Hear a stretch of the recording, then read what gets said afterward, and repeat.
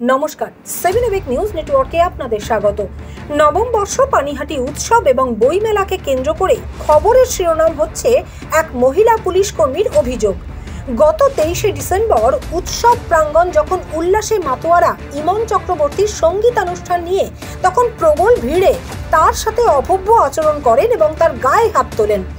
বিষয়টি নিয়ে ইতিমধ্যেই তোলপাড় সোশ্যাল মিডিয়া, কারণ বিজেপির রাজ্য সভাপতি ডক্টর সুকান্ত মজুমদার তার ফেসবুক পেজে ওই মহিলা পুলিশ কর্মীর দায়ের করা অভিযোগপত্র এবং তার ভিত্তিতে পুলিশের এফআইআর কপি পোস্ট করে রাজ্যের আইন শৃঙ্খলা নিয়ে প্রশ্ন তুলেছেন। আর এই বিষয়টিকে মানতে নারাজ পানিহাটি উৎসবের কর্ণধার বিধায়ক নির্মল ঘোষ। তার পাল্টা অভিযোগ, স্টেজের সামনে বা মেলার ভিতরে এমন কোনো ঘটনাই ঘটেনি, বাইরে কোথাও ঘটলেও ঘটতে পারে। পুলিশ কর্মীর সাথে এই ব্যবহার যদি কেউ করে থাকে, পুলিশের উচিত ছিল দ্রুত ব্যবস্থা নেবার পাশাপাশি মেলার উদ্যোক্তাদের বিষয়টি জানানো। সেটা না করে পুলিশ অভিযোগকারিনীর অভিযোগপত্র সহ এফআইআর কপি তুলে দিল বিজেপি নেতার হাতে। এটা পানিহাটি উৎসব এবং বইমেলার ঐতিহ্যকে খাটো করার চেষ্টা মাত্র।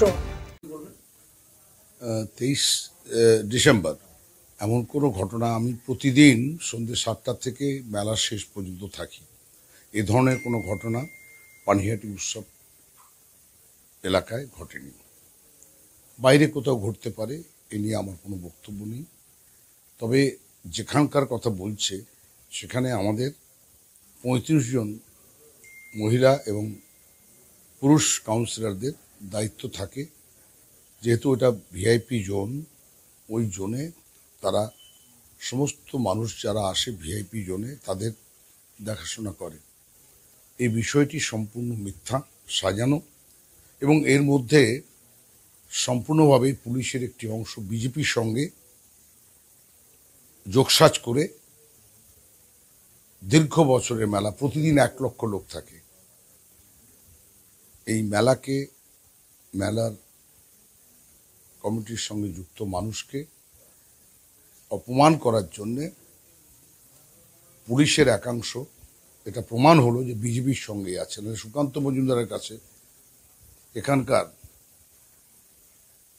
থানা থেকে কি করে এফআইআর কপি গেছে, এবং এটা আমাদের না জানিয়ে, আমরা যেহেতু মেলাতে আছি, আমাদের কেউ কোনো খবর দেননি।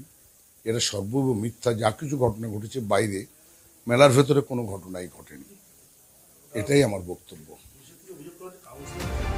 লক্ষ লক্ষ মানুষের মাঝে অভিযুক্তকে খুঁজে বার করা অবশ্যই কষ্টসাধ্য, কারণ অভিযোগকারিনী কোনো নির্দিষ্ট নাম উল্লেখ করেননি।